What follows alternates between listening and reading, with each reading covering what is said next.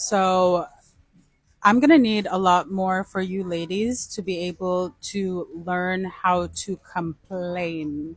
And when I say complain, I do not mean just like endlessly yapping away or ranting. I'm talking about making it very clear when you are being inconvenienced. I am so serious about this because a lot of women, I feel, we are repressed because society tells us like, be strong, be this, be stoic, blah blah blah, etc etc. Only complain to your girlfriends, yada yada yada. But here's the problem with that, which is a lot of things that I personally have ended up complaining about have been a result of me not handling the situation in the moment. And if I was not handling the situation in the moment, and a lot of my girlfriends too, or the very few girlfriends that I do have, it has always been agitation, regret, anxiety, or just being generally disappointed in ourselves for not speaking up when we're supposed to. So I'll give you an example. A couple weeks ago, I went for lunch with this girl, and I ordered the salmon, even though I had wanted the salmon salad. But I just decided, like, okay, let me just get the salmon. Let me have a proper meal, right? So it was 300 milligrams or 300 grams or something of salmon, right? Which you expect to be big. Now, because over here in Lagos, in Nigeria, you know, FX, like the exchange rate is crazy. Prices have shot up like no man's business, which is totally understandable. So restaurants are like increasing their prices like X 100%, right? So anyway, I get my food and the salmon is like, oh my gosh, I don't even have a reference, but it's so tiny. It's like this big. So I look at it and I say to them, what is this? And they're like, oh, it's your salmon. And I was like, you mean half of the salmon?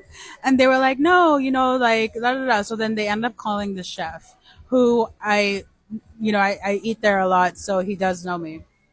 And I was like, oh, chef so and so, like, what's going on with your salmon portions? And he was like, oh, exchange rate, blah, blah, blah. Like, it's 300 grams before you cook it. And I was like, come on now, don't do that.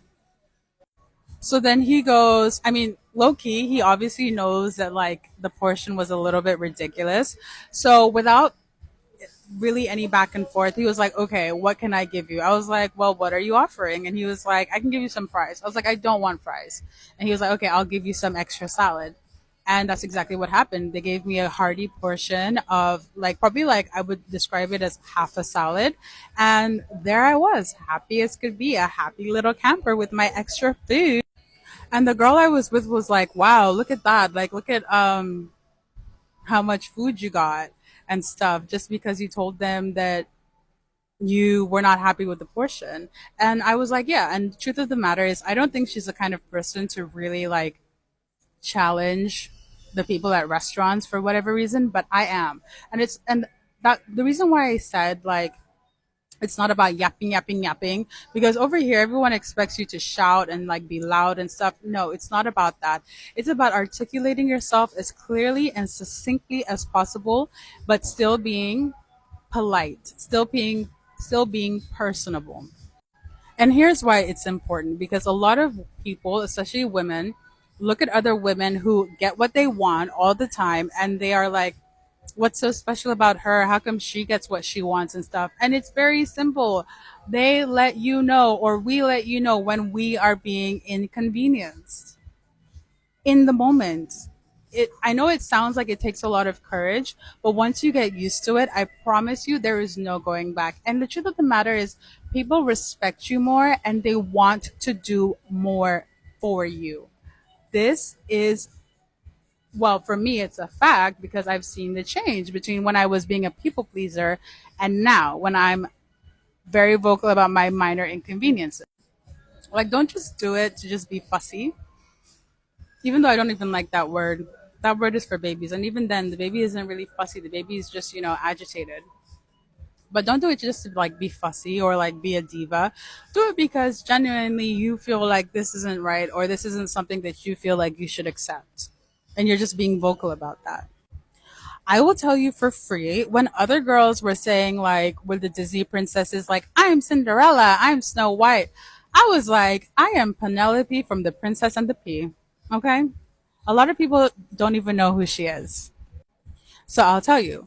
Penelope from The Princess and the Pea, this is exactly what happened. There was a young prince and he was looking for a wife. And so like his mom was like, okay, let's audition some girls, so some princesses. So they brought all these princesses from all over the lands, la la la. And so they would stack up 20 mattresses. And what the queen would do is she would put a pea under the mattresses. And then in the morning, she would say to the princess, like, hello, darling, how did you sleep? And each princess would be like, oh, I slept so well. Thank you so much. Until enter Penelope, my girl, my OG, aka Lamois. She comes in, same routine, la la la. And basically, all the other princesses, when the queen would hear, like, oh, I slept so well, she would be like, nah, get rid of her. So Penelope comes in, right? And she does this, the queen does the same test on Penelope, and she puts this pea. And the next day, Penelope, who was beautiful and gorgeous and always was put together, comes down to breakfast looking a little bit less like Penelope, maybe looking a little bit more like Penelo, and not the EP, like it was gone because all the extra was gone, right? And so the queen asks her, Penelope, darling, how did you sleep? And Penelope goes, I slept horribly, ma'am, like your highness or your majesty. She's like, I slept horribly. Like my back is aching, da da da da da, XYZ. And she's just basically going on and on about how she was thoroughly inconvenienced by the mattresses, the 20 mattresses stacked on top of each other while she was asleep. And guess what happens? The queen is like, this is your this is your wife. This lady right here, this princess right here, this Penelope girl, this little delicate little flower, that's your wife. That's your queen. And what happens? The prince and Penelope got married. I think her name is Penelope. Like we can check it. But the name of the story is called The Princess and the Pea. And that is me 100 gabajillion thousand%. Okay. There is nobody more delicate and more than me. Okay. I cannot do anything. I cannot open a can of Coke by myself. I cannot open a Pepsi. I cannot open a water bottle. I cannot do anything. I am literally so like delicate. Okay. I am delicate, but I am not fragile, but I am delicate. Okay. I do not, mm-mm. So I'm gonna need a lot more of you ladies to be delicate. Okay. Literally just be like any small thing like, oh my gosh, be delicate, but not obnoxious. What you don't want is to continuously see women around you get what they want because they are brave enough to express their inconveniences, and when they are being inconvenienced, and start holding a grudge against her because you see, as I always say, you see something you like, desire, want, or admire, and you just don't want to build the cojones to execute. Okay. That is the problem. So avoid unnecessary headache and avoid disliking and resenting other women or other people because they are brave enough to express themselves and say how they feel. When I start dancing, I know the video's over. So yeah, like, share, comment if you want to see more because I'm going to be talking a lot more about like how to be a delicate little flower, but a rose because rose got thorns, and if you catch it the wrong way, you're going to get got